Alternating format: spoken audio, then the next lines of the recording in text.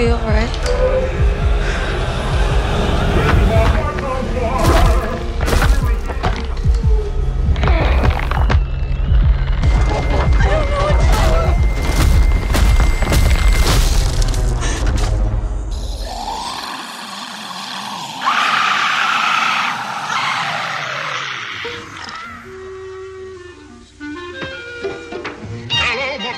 Hello, my honey. Hello, my ragtime gal.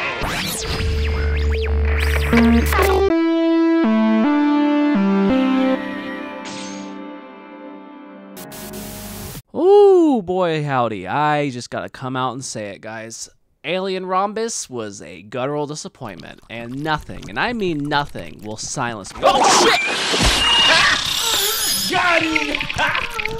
Got it! After finishing this film, I felt a horrible weight in my chest, and I wasn't sure if I had been impregnated by an alien embryo, or if it was the horrible indigestion I got from the movie theater nachos. When I got out, I was not expecting to see the huge wave of praise that this movie was getting. I honestly felt like I was going insane. Now, this isn't going to be a senseless hit piece. There are plenty of good things I have to say about the movie. This is going to be a very well-rounded, in-depth review. I just want to be fair and let y'all know early, I got a bone to pick with this movie. Very quickly, here's the obligatory moment where I tell my story about how sentimental I am about Alien and Aliens and how they're some of my favorite things ever and how they were the greatest movies ever, yada, yada, yada. I know it's super cliche, but hey, what can I say? I'm not that special. Similar to my experience with the Resident Evil games, my start with Alien actually started with the second entry, and very similarly, it's considered one of the greatest follow-ups to one of the greatest first entries of all time. Resident Evil 1 has Resident Evil 2, Terminator 1 has T2 Judgment Day, Blade Runner has Blade Runner 2049,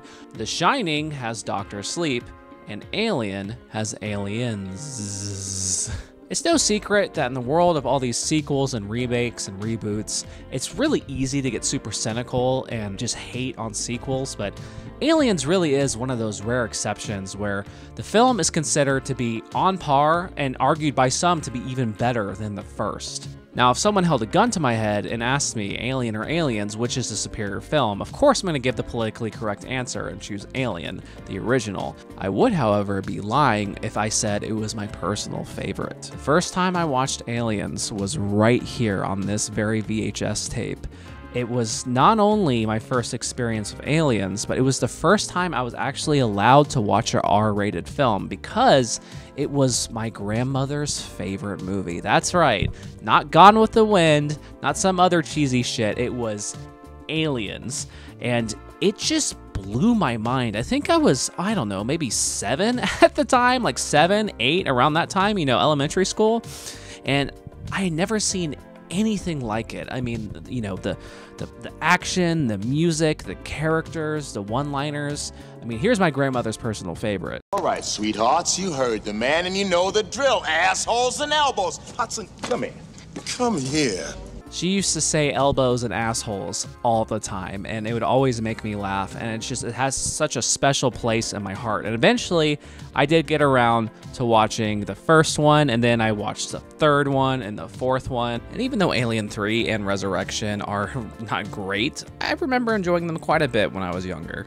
And you just know I had those super badass Aliens toys that they made in the 90s where they had Ripley and the power loader. Can we just appreciate real quick that movie studios really thought it was a good idea to promote their hard, R-rated, graphically violent films by producing children's toys? I swear, they would make toys out of anything. They're unstoppable! But we're gonna stop them anyway! Send in the Marines! Sergeant Strauss, get the fuck out of here! Space Marines! Drake! Ripley! God! A-Bone! Bishop! And I'm Hicks. Armed with the latest high-tech heavy metal. Full alien attacking! Eat torch, bug brain! Alien invasion problem? Send in the Marines! Send in the Marines! Space Marines, aliens! Game over, man. It's game over. What the fuck are we we gonna do now? But of course, if I had to pick my favorite piece of Alien merch, it is this face hugger plush. This was a Christmas gift from my grandmother. I think I was probably, I don't know, 3rd, 4th grade. And unfortunately, she has now passed away. And so this is just something I keep, will hold on to forever and remember her by. Yeah, it's just Aliens. It's just one of those things where it's baked into my blood and it's a big influence on me creatively. As time passes and I've gotten older, though, I definitely appreciate that first film significantly more than I did when I was younger. And depending on the day, I might actually replace it with Aliens as saying it's my favorite. I mean, something about that super slow, atmospheric, dark, very wet, grimy kind of feel that it has. It's a completely different tone in style, and that's what's so great about Alien and Aliens, is that it really is the voice of Ridley Scott and James Cameron, but in that shared world. And I know I've probably mentioned it before, but Ridley Scott's Blade Runner is my #1 favorite movie, and Alien and Blade Runner kind of share that very slow burn pacing and that just those atmospheric slow shots down the corridors. I mean, it's beautiful. It's magic. So when I heard Fede Alvarez, the director of the Evil Dead remake and Don't Breathe, was going to take a stab at this and going to combine the feel of Alien and Aliens, I had very high hopes. I was like, duh, I'm gonna love this movie, right?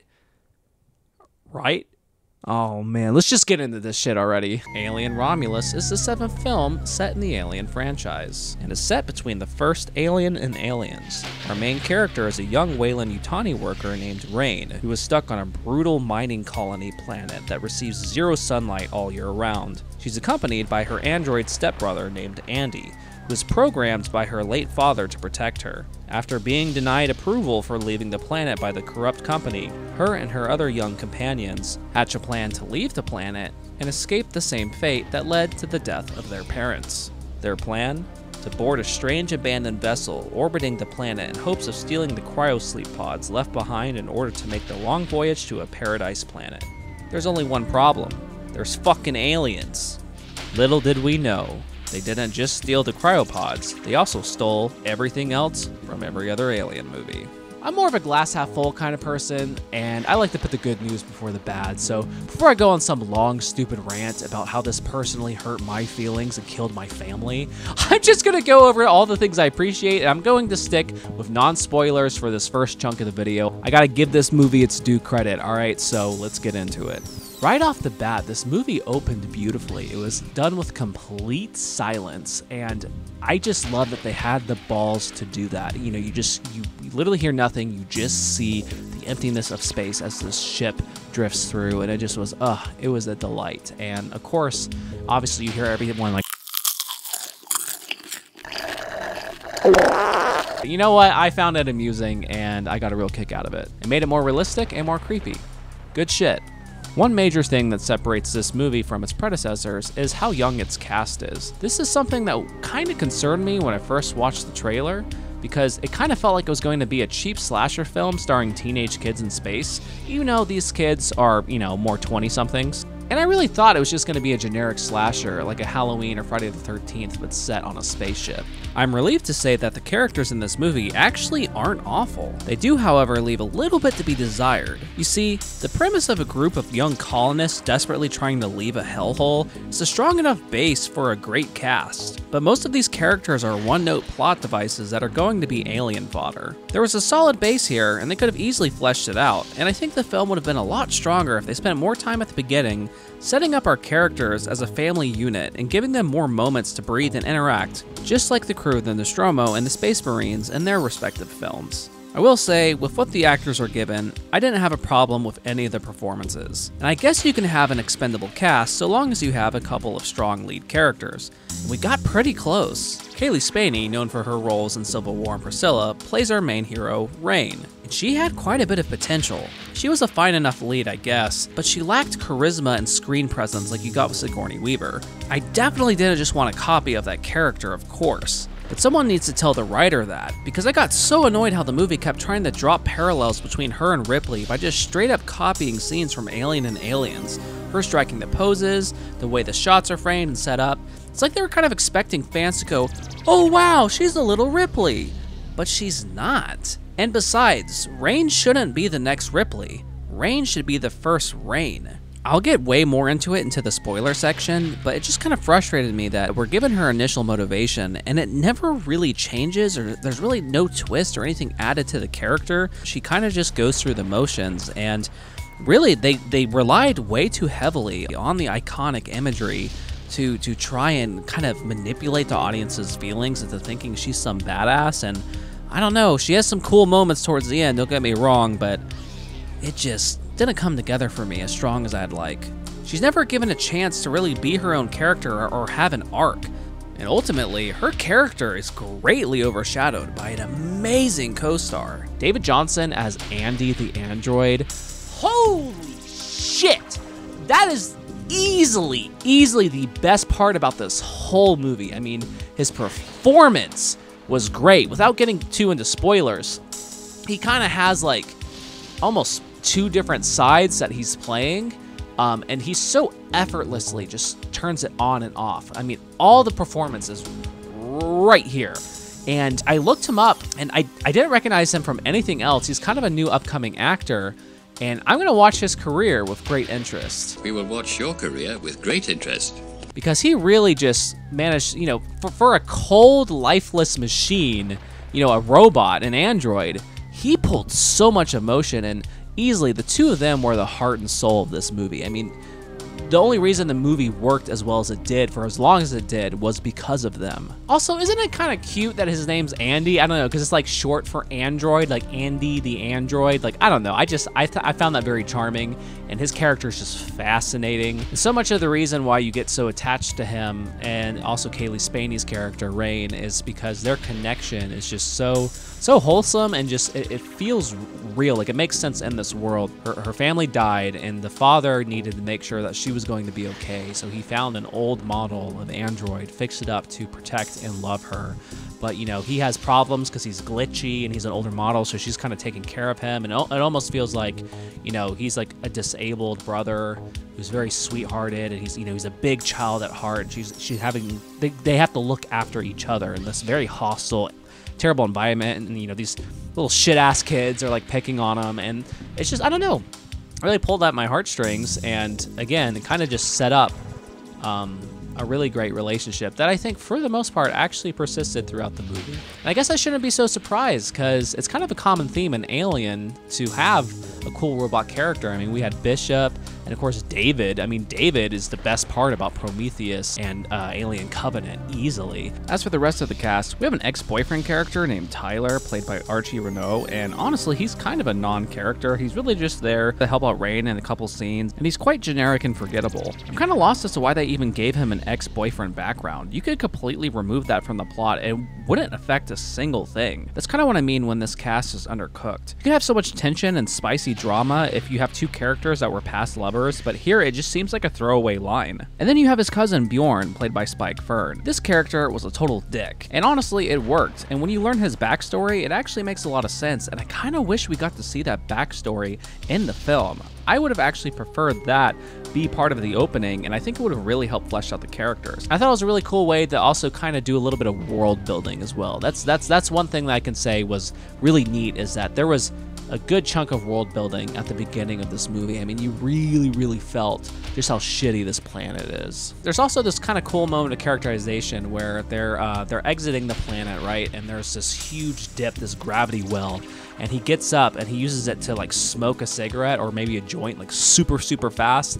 And you know, it's just a little thing, but again, it gives you the impression, okay, they've done this a lot of times. If anything, you could have combined these two characters, and I think it would have worked a lot better. And then you have his sister, Kay, played by, oh hey, look, it's Dora. Looks like she forgot her map. Of course, this is Isabella Merced, and she's just a walking plot device who's basically there just to be emotionally manipulative for the audience because she's pregnant, and it's like, oh no, a young pregnant girl in an alien movie, sure hope nothing bad happens.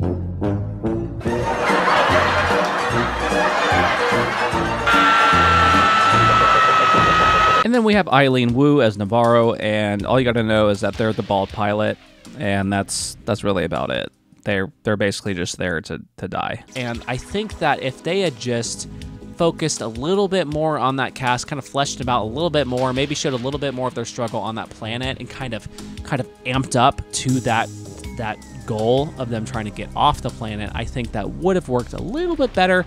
And one thing that kind of came in mind when I was kind of rethinking it in my head is something along the lines of Squid Game. So Squid Game, you had that, you know, big cast, but you had your core characters you followed, and they were all in very desperate situations. You saw each one of their stories.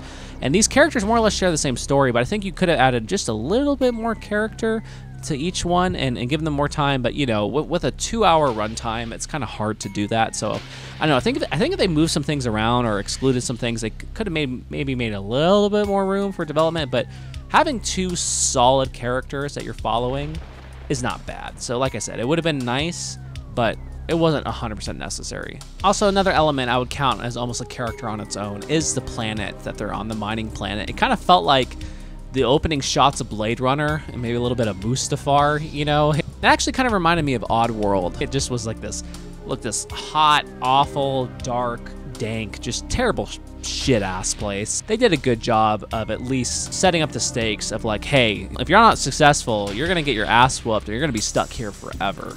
So let's do a quick recap. We got a good cast of characters.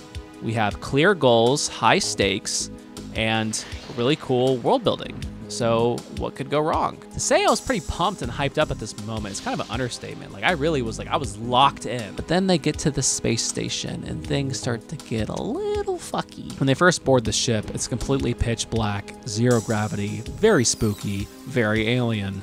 And I found a certain amount of beauty and etherealness with the view out the window. Their planet is surrounded by a ring, and you see those rocks passing through the window, and it's, you know, deadly silent, and definitely gave me flashbacks to playing games like Dead Space or Doom 3, or even some of the Alien games like Alien Isolation.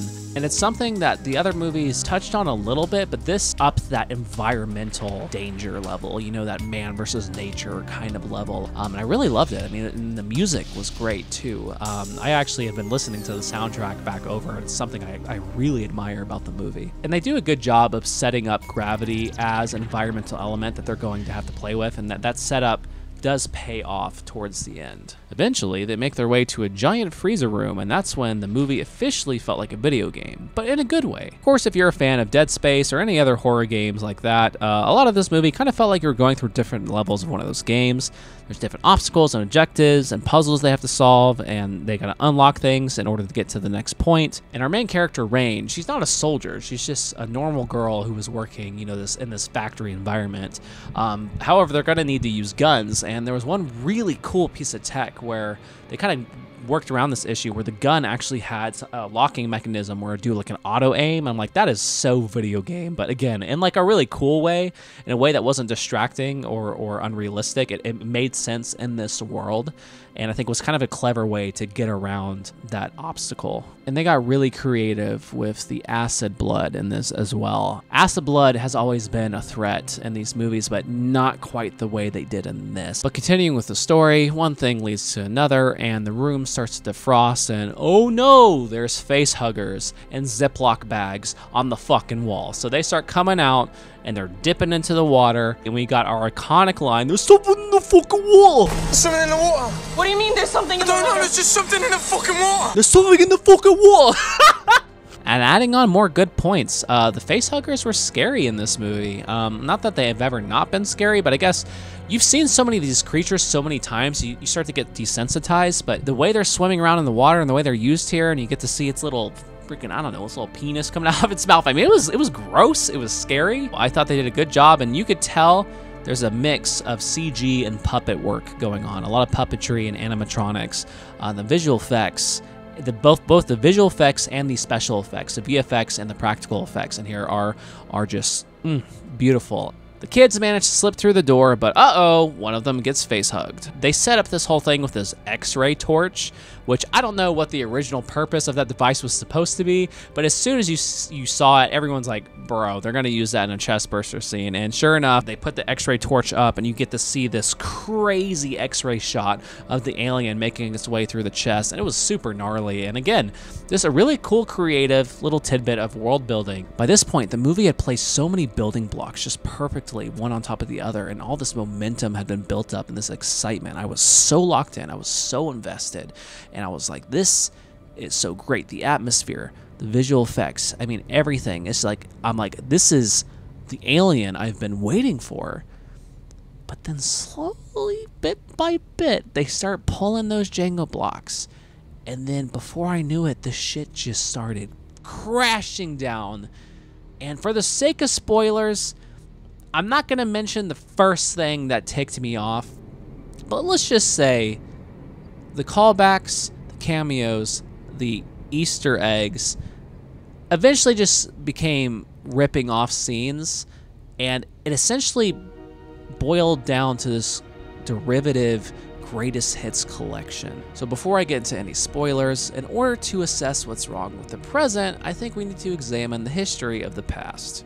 The reason why Aliens is considered to be one of the greatest, if not the greatest, sequels ever made is how it successfully built upon the original without being an exact copy. The sentiment of the same but different is an incredible hard line to walk, and James Cameron had a lot on his shoulders when directing that film. They could have easily just made another movie about a very small crew of people stuck on a ship getting picked off one by alien. And I guess in some ways that's kind of what the movie was, but what really made a difference was the director's voice. You see, the first film was about a small ragtag group of blue-collar workers. Essentially, they were space truckers. They got screwed over by their company and were screwing around with something way above their pay grade. And of course, it's no secret nowadays that the alien was a metaphor for sexual violence, and a lot of the imagery obviously was just an allegory for rape and pregnancy. I mean, have you seen the head of that xenomorph?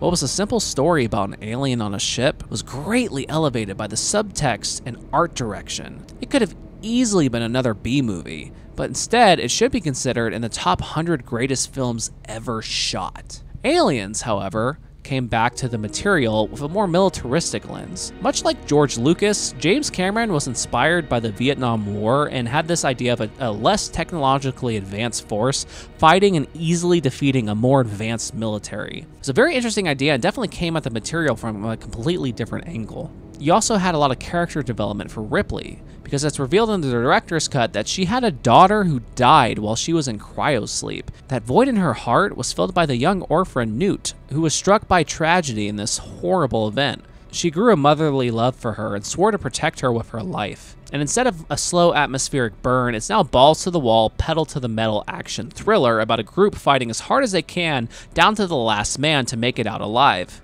And you even had the android character no longer be this horrible villainous force. No, instead, he was actually a protector. And this time, you had some creepy, slimy little human asshole, Bert, this corporate prick, who was just there to screw everyone over. But best of all, the movie found the way to build upon the lore in a satisfying way with the Queen alien.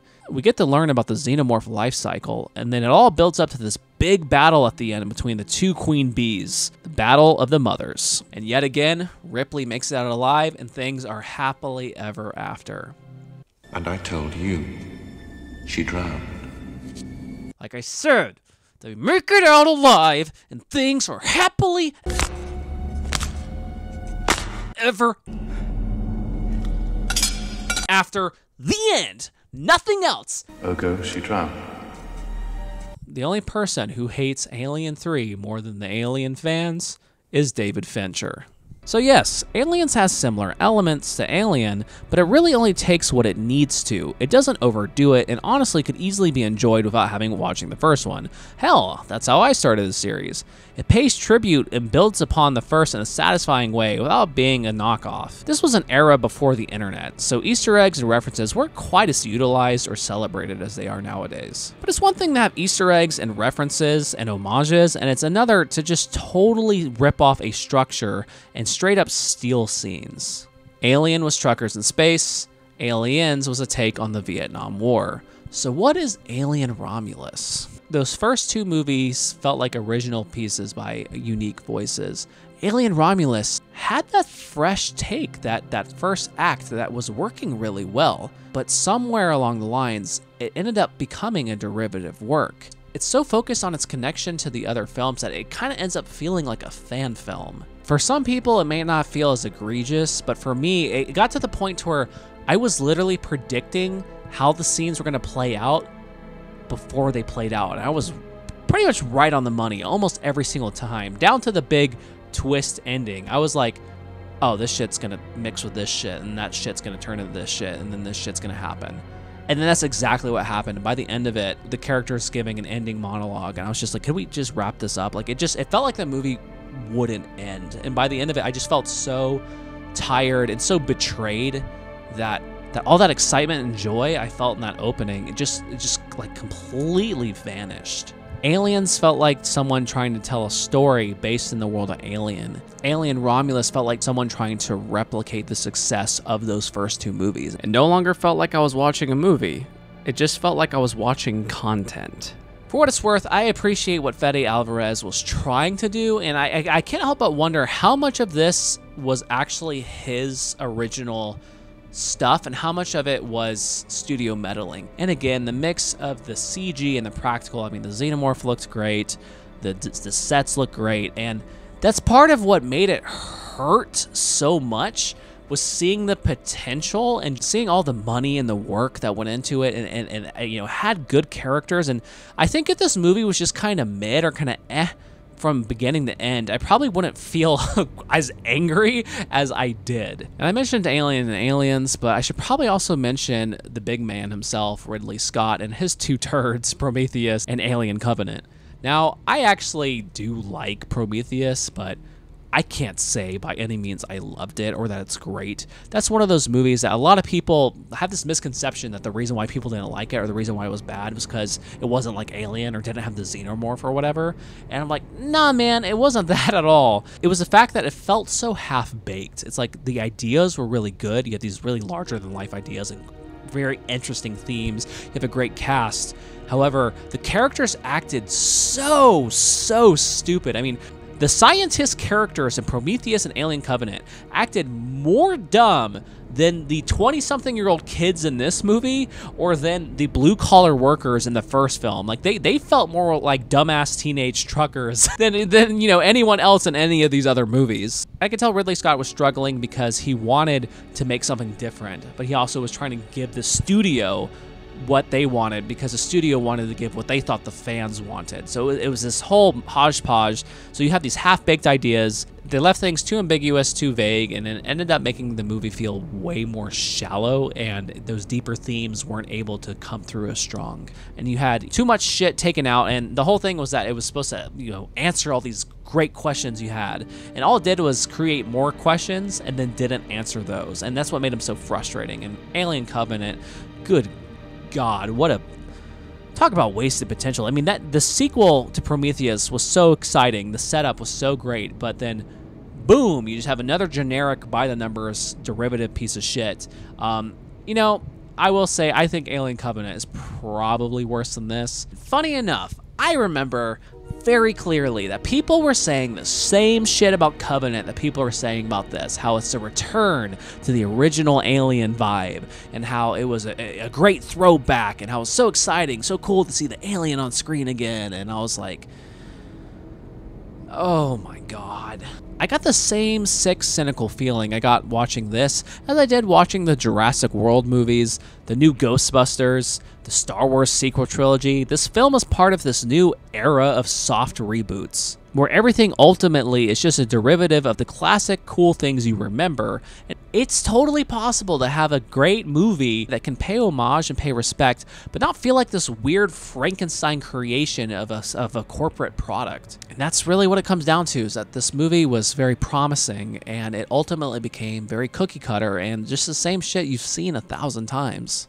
When I say this movie borrows from all of them, I mean this movie takes shit from all the Alien movies and just kind of slaps it together, and it really feels like you're sitting in a boardroom with executives going, according to my calculations, we need to sell more of this particular product, so make sure to put that scene in there after this scene. Absolutely, and our demographics department said that during the test audience screening, they stood up and clapped during this moment, so make sure to put more of that in there. And it's just really exhausting and gross. So yes, this feels more like Alien, but that doesn't make it a stronger sequel than Aliens. I mean, the reason why Aliens was so damn good was because it was so different from the original. Another thing worth mentioning is that this movie had a moderate budget of $80 million, and it managed to make great numbers at the box office, so chances are there's going to be a sequel. I could see a good movie hidden underneath all the junk that was piled on top of it, so we'll just have to wait and see what they do next. But I just felt so deflated and so defeated after watching this. Perhaps my expectations were just too high and unrealistic. Alien is about space truckers, Aliens is about Vietnam, and Alien Romulus is about Alien and Aliens, and Alien 3, and Alien Resurrection, and Prometheus. It's a cover band, greatest hits collection, fan film. When I think about this movie and I think about the themes it's set up at the beginning, I really thought it could have been a much stronger metaphor for Gen Z, for the 20-something-year-olds, and really kind of leaned into that feeling of having to work till the day you die for a corporation you hate in a world that's being destroyed. I mean, that should be pretty damn relatable, and I think if they leaned into that just a little bit more, again, kind of gave each character their motivation and really made it about that plight to escape, and just it really amped up that struggle and focused less on the lore and on the different references and sequences, and just came up with a totally different kind of ending. I think I would have liked this a lot more. I'm gonna give it one more bonus point for being very thankful that it's not just another generic romance story or something like that. This is more of a brother and sister love, kind of family love that's kind of holding this movie together, and that honestly is very refreshing to see. So I'll slap on a rating real quick, 10 being a masterpiece, 1 being so bad that I'm offended. I thought maybe 45% of this was awesome, and I thought the other 55 of this was crap. So for me, I guess technically that should make it a 4.5 out of 10. But you know what? I'm feeling nice. I'm going to give it a 5 out of 10 because it did break even. Because admittedly, yes, I am a sucker for those visual effects. If someone had this on at their place, I might be like, oh, okay, yeah, I'll watch it with you. But I'm probably not going to personally rewatch this again. I really think I'm giving it that half point because I think most people are going to enjoy this. Most people are going to turn their brain off. They're not going to be thinking about aliens. And hell, I'm sure a lot of people who are seeing this, it's going to be their first time seeing an alien movie. So they're probably going to enjoy it significantly more than I did. Not everyone's going to be an angry, grumpy boomer like me, so, If I had to place my bets, I think Fede Alvarez had his heart in the right place. I just think that he was a little misguided, so, I don't know, just call it a big miscalculation. All right, review's over. Time for me to bitch and complain and open up this egg.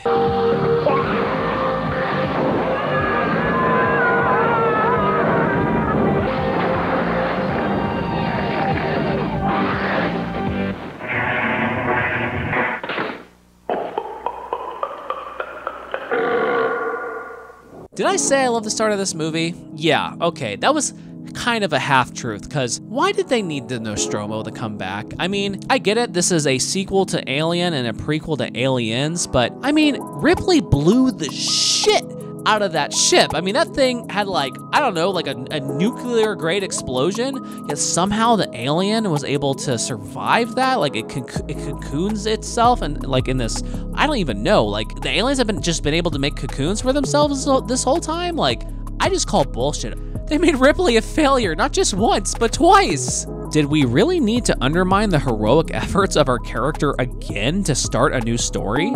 But sure, the xenomorph can survive an exploding ship in the vacuum of space. It's not like you can kill one with a handgun or anything.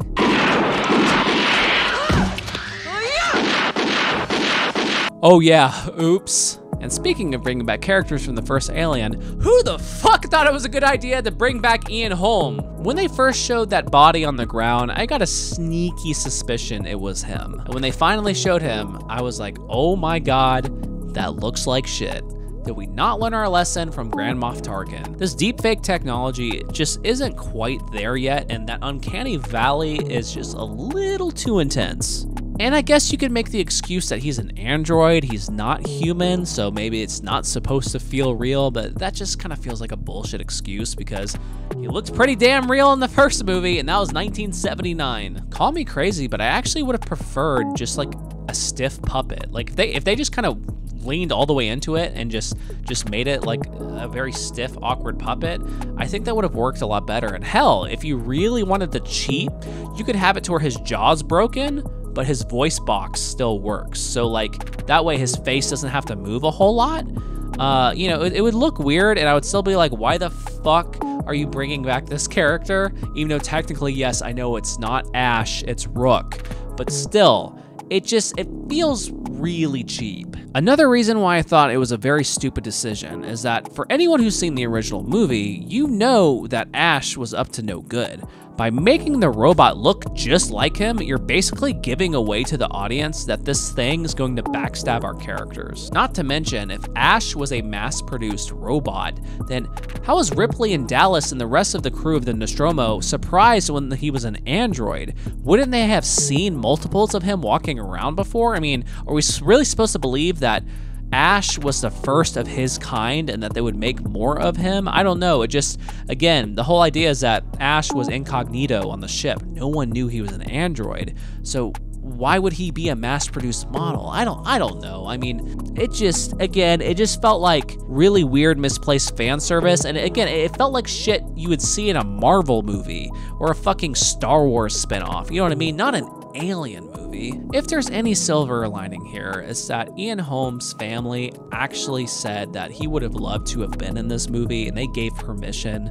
So, you know, is it weird that these companies are digging up dead people's bodies to be used in these movies and stealing their likeness? Yeah, it is. But in this particular case, at least they got permission from the family, and they seem to get a kick out of it. So hey, good for them. A friend who saw the movie with me actually came up with a really cool idea that I think would have worked way better if they wanted to have a quote-unquote returning character, or they wanted to put an Easter egg for the fans, but they wanted to be a little bit more obscure. What they could have done is use the android design from Alien Isolation. Apparently, Alien Isolation already was an inspiration for this movie, so to have those super creepy androids from those games with the glowing eyes, I mean, one, it would look really, really great as an animatronic puppet, but two, again, would be a way to tie it in this greater world and again, have kind of a reference, but without it being so distracting. And again, picturing those glowing eyes in the dark and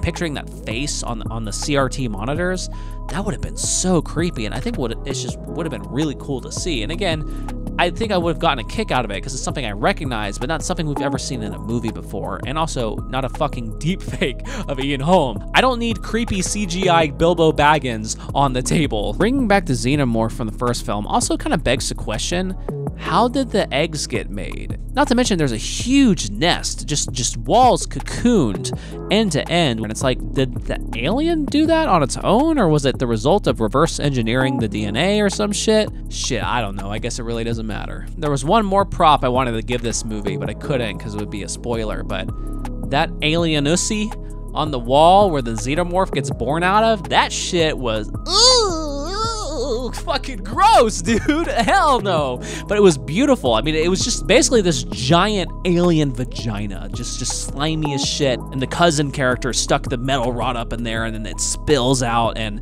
you know, it's cool because we've always seen the chestburster shed its skin, so we knew that there was a metamorphosis process, but we never actually get to see what that really looks like, and this was them adding to the lore that didn't bother me, and I thought was actually really cool, and was just a great visual effect, and I cannot wait for them to make the alien Nussy figure. Yes, I would like to order a Xenomorph alien Nussy, please. Good shit. Speaking of the alien DNA, while it might bother some people, believe it or not, the one reference or callback or integration I actually didn't mind was the Prometheus goo, funny enough. I'm pretty sure that was an addition of Ridley Scott because he produced these movies, but I always found the engineer black goo story to be pretty interesting, so I kind of wanted to see them do more with that, and they never did. So figuring out that Weyland-Yutani wanted to use the alien DNA or the engineer DNA or the, you know, xenomorph, whatever, the black goo stuff, to basically create immortal human beings and like bioengineer like super soldiers or super people in order to get them to live longer and be able to survive in the harshness of space, I think, one, makes sense for the company, but also two, it's just a really unique idea and really kind of plays into the whole idea of, you know, this horrible evil corporate you know, capitalist nightmare where they just want people to work forever. Though it kind of does beg the question, if they're having problems with people dying, right? Why don't they just employ the androids to do everything? Oh, fuck, wait.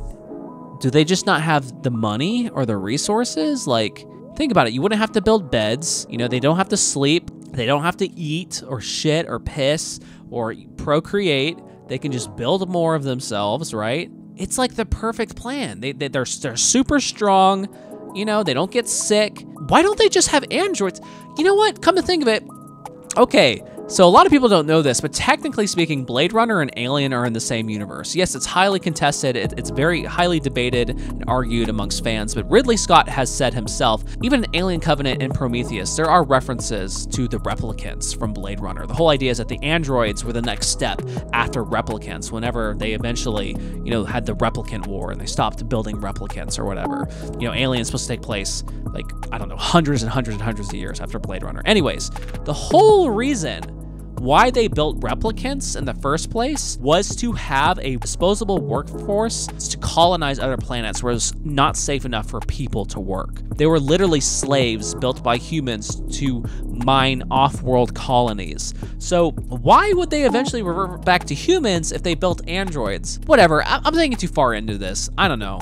So of course we get a scene where they have to save Dora from the wall because we have to have someone in the sticky walls because we had that in Alien and Aliens. They then argue amongst themselves whether or not they should use the black goo to save her from potentially dying because she's bleeding out. This is by far one of the dumbest points of the whole movie because the whole reason this is set up is just to get an excuse to get that freak in the end of the movie. But think about it, all right? Think from their perspective. They got to the ship and it has been fucked nonstop since they got there. Fucking spiders that are laying eggs in people's mouths and giant creatures coming out of their chests, turning into monsters, sticking people on the wall. And as far as they're concerned, this whole thing is because of this black goo.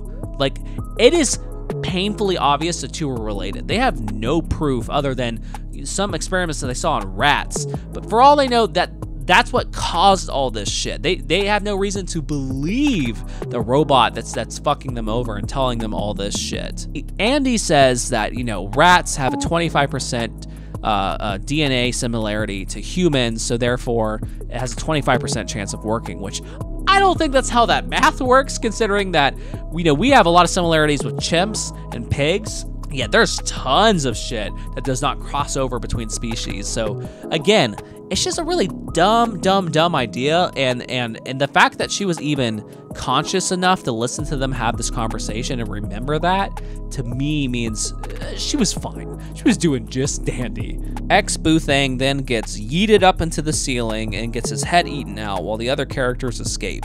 Rain then has an injured Dora go up to the ship all by herself so she can go back and save her robot stepbrother, which could have been a touching moment, but one, it was very predictable, and two, it kind of bothers me that she was totally okay with abandoning him earlier. The planet they were going to, he wasn't allowed to go to, so he was going to be decommissioned regardless. It could have been a great moment for character development, and I had mentioned earlier that I think it would have been great if they would have combined the ex-boyfriend and the cousin character, and what I meant by that is that if you made it to where the ex-boyfriend had a background where his family was killed by an android, and maybe that was the whole reason they broke up, that would have been a great source of tension, and maybe it was like her choosing between him and the android. Maybe he was forcing her to slowly detach herself from Andy just because he was synthetic. You could have posed a question about humanity and made it this whole big dramatic thing, made it a three-way drama between a boyfriend, a girlfriend, and the only family she has left. Also too, instead of Dora being his sister, make her like maybe a new girlfriend or some character that maybe he cheated on her with, and like the whole pregnancy thing becomes this like big weird scandal, and just, I don't know, play around with the characters a bit more, make it a bit more dramatic, or just give us something to chew on. But nope, they didn't do that. Anyways, this leads to her big hero shot of her exiting the elevator with her gun up and mist all around her and the flashing yellow light, just like when Ripley went down the elevator to go save Newt in the scene of Aliens. We then cut back to Dora on the elevator, short of breath, and what does she do? She shoots up her neck with the alien splooge. The dumbest thing ever. It makes no sense at all. I get it's supposed to be like she thought she was gonna die, but again, just, you were stuck in a wall, dude. You were stuck in a fucking nightmare zone, and you just, there's so much they don't know, and it really just felt like they needed a way to get the fourth act to happen, and there were so many other ways they could have done it. I really wish it was someone else who did that to her, and it was against her will, because there's just no way. Or they could have just not had it in there at all. That also probably would have worked better. Next is the point of no return. The moment my eyes rolled to the back of my head so hard, they spun all the way back around and there was nothing left but blood raining down like tears on my face. We get a shot that is a ripoff of the scene from Alien 3, only to be interrupted by Andy the android saving the day and awkwardly uttering the line, "Get away from her, you bitch." I have never, ever felt my soul leave my body so fast. I went from being mildly annoyed and disappointed to outright offended. Got him! I mean, really, who wrote this shit and thought it was okay to take one of the most iconic lines in movie history and haphazardly shove it into this fucking assembly line of crap? Removing the line from its original context is so reckless that I can't even begin to think where the logic came from. I shouldn't have to explain this because it's like really fucking obvious. But the original scene was iconic because you had a mother fighting against another mother. It was the ultimate intergalactic girl boss cat fight boss battle. Get away from her, you bitch! But to have the android just come in and shoot some random lone drone alien and just spit out that line? Why? Not to mention, up to this point, this character never cursed at all. Maybe the cousin at some point called him a bitch or something, but even then, they could have said dick, asshole, punk, you know, there's so many other things, and one thing they set up too, because this really felt like so obvious to me, one thing they set up is that at the beginning of the movie, the whole character trait for Andy is that he likes cheesy jokes. That's part of his programming, is that he tells like dad jokes, like silly little rhymes and riddles. So it would have made way more sense if he said some like cheesy little joke line or something like that. That would have made sense, and it would have been a new addition to this timeline, a new world. I mean, the fact that canonically, oh god, that makes me so fucking, oh my fucking god. The fact that canonically Andy says get away from her bitch before Ripley means that they retconned it to where Ripley got it from Andy and not vice versa. Oh, it shouldn't bother me that much. It really shouldn't, but it does. Because, again, the only fucking reason this is in this movie is because it was an Aliens. It's not just some goofy one-liner. It's not just some funny action scene thing to say. It had impact. It had importance. It had power in that original movie. And here, all it did was take me right out of the movie, and I just saw all the fucking business suits and ties in the 20th Century Fox Disney office. Like, oh, wouldn't it be great if we put this in there? It's like, no, actually, it's fucking stupid. And I just know that at the premiere, there were mouth breathers standing up and clapping for this shit. Like, that's probably the worst part, is knowing that there are people who unironically thought this was like a hype moment. Get away from her.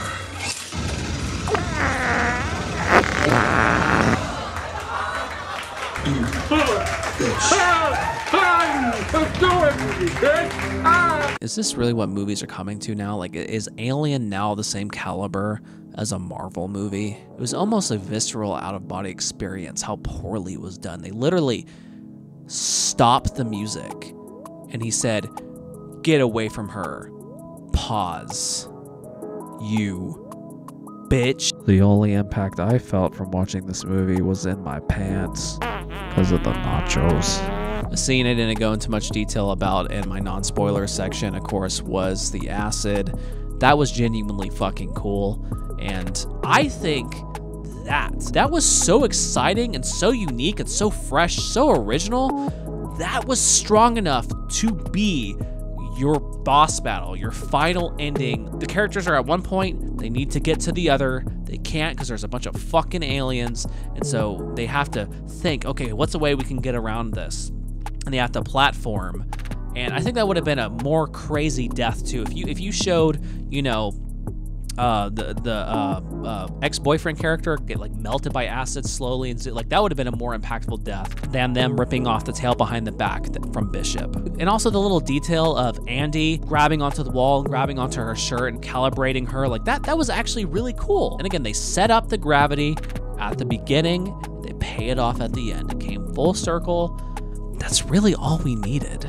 But nope, they had to go with the ending that they did do. Oh my God, bro. Oh, hell. Hey, yo, what the fuck? Get your ass on, bro. But what do you know? Surprise, or not really surprise at all, because we already saw Dora shoot the black splooge into her neck. We've been sitting here waiting for that shit to pay off. This was supposed to be their Ripley versus the Xenomorph scene from Alien. This was supposed to be their Ripley and the Power Loader versus the Queen Alien. Their surprise fourth act when everything's settled and you think it's gonna be fine. Your character gets into their pajamas and they're starting to rest. They're in this very vulnerable, naked state, and then something scary happens, and then they're forced to back up into a spacesuit and fight the creature. If you really wanted this to be a surprise, you shouldn't have shown Dora shoot herself in the neck. What you should have done is had her go into cryosleep, things start getting fucked up, and then Rain comes in and she's holding her. She just says, "Oh my God, what did you do?" And then she looks up at her crying and she just says, "I just wanted the baby to be okay." And that's when she violently splits in half and the thing instantly comes out of her. I think that would have been way, way, way more shocking, because again, it's almost like you forgot the black goo was even a thing. By showing her shooting herself in the neck, from that point on, you're just waiting for it to happen. A lot of people were saying it was some big surprise that, you know, it was an alien-human hybrid. Number one, they had an alien-human hybrid and Alien Resurrection, so I knew that was probably gonna be it. But also, two, they already had the black goo fuck up a pregnancy before, with our character from Prometheus getting impregnated with a fucked up black goo baby and then having to do an abortion to get it out of her. So this whole thing has already been done twice. So for everyone saying it was this big shocking surprise, I'm like, how? And again, they just did this because there's a fourth act in Alien and there's a fourth act in Aliens. Literally, for the third fucking time, you have a scene where they defeat the enemy and they think they're gone, and then surprise, surprise, the enemy springs up in some weird, surprising way. But this is the only time it wasn't a surprise. It was a surprise in Alien because, again, she blew up the ship, and then suddenly it's in the fucking walls, and you're like, what the fuck? And again, she's all naked and vulnerable, and she has to back up into a spacesuit. Aliens, you know, the Queen is left behind on the exploding base. They leave on their ship. They dock on the bigger ship. Surprise, surprise, the alien Queen was hanging onto their ship as they left the planet. Ripley then has to back into a larger suit and fight off the alien. And this time, the same fucking shit. She's in her pajamas. Oh no, a fucking naked man who looks like a Prometheus guy. Fucking Mark Zuckerberg's crawling around the ship. What are you gonna do? He backs into a spacesuit. She shoots it out the airlock. So we have 3 movies now where our short-haired heroine backs up into a suit, fights the thingy, shoots it out an airlock. Honestly, as soon as they brought in the black goo, I was like, that's probably gonna fuck with a pregnant girl. As far as for the offspring itself, people are pretty divisive about it, and obviously I've been picking on it and making fun of it, but I will say the suit looks great. I mean, they hired an actor who's like freakishly tall. The fact that it smiles too, I was like, oh, it was really, really weird. But I almost found it kind of goofy. Like, some people in the audience were unintentionally laughing. And I don't know. I was kind of stuck. I was like, this is kind of goofy and kind of silly. Because I don't even like the human hybrid from Alien Resurrection, honestly. Even that was kind of dumb for me. So I'm split on it. So for the actual effect and the actual look itself, you know, they did a good job. It just, by that point, I just was so ready for the movie to be over. I was like, she's going to shoot it out the airlock. And then she shoots out the airlock. And I'm like, what even am I doing? These series aren't allowed to grow and move away from their own legend, their own iconography. And even when they are allowed to experiment, they definitely aren't allowed to make any mistakes without the repercussion of violent course correction. So maybe you didn't feel as gratuitous as I did, but if I just list off all the things that this movie took from the other movies, it adds up. You know what? Let's do that. Let's tally it up. We have the Nostromo, the bird drinking water ornament, issues caused from a crashed ship, Ash and Rook, black goo, male love interest teaching female main character how to hold the gun, Reebok shoes, laser mist, surprise attack from behind with a tail, heroine exiting the elevator with atmospheric mist and light, iconic Alien 3 trailer shot, get away from her, you bitch, a fourth act stinger, Prometheus birth, human hybrid alien, slipping into pajamas, only then having to slip into a spacesuit,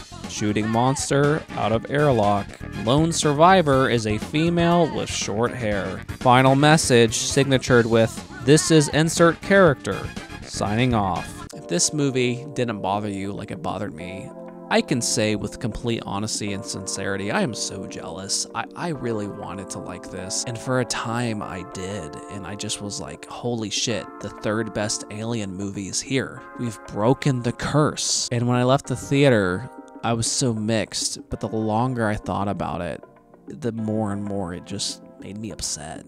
I'm just not really sure I see myself watching this movie again when I could watch one of the other ones. Hell, even Prometheus, even Alien 3, I think just have a lot more originality than this. And you know what? Nothing's gonna take that away. It's not like those original two movies are going anywhere. And this definitely isn't the first time an Alien movie's been bad. Hell, I still think Alien Covenant is probably slightly worse than this. So hey, cheer up, sport.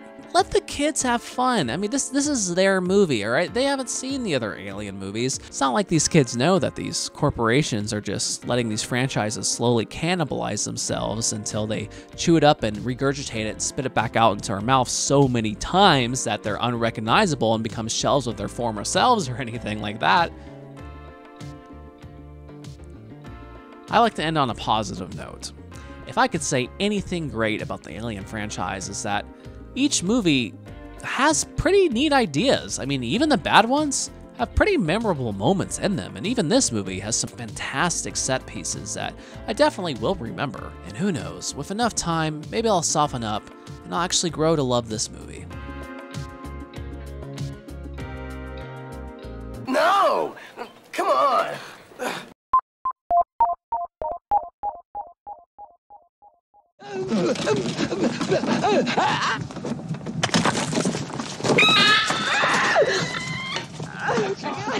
Oh, God! Another triumph for Alien. Alien action figure. New from Kenner.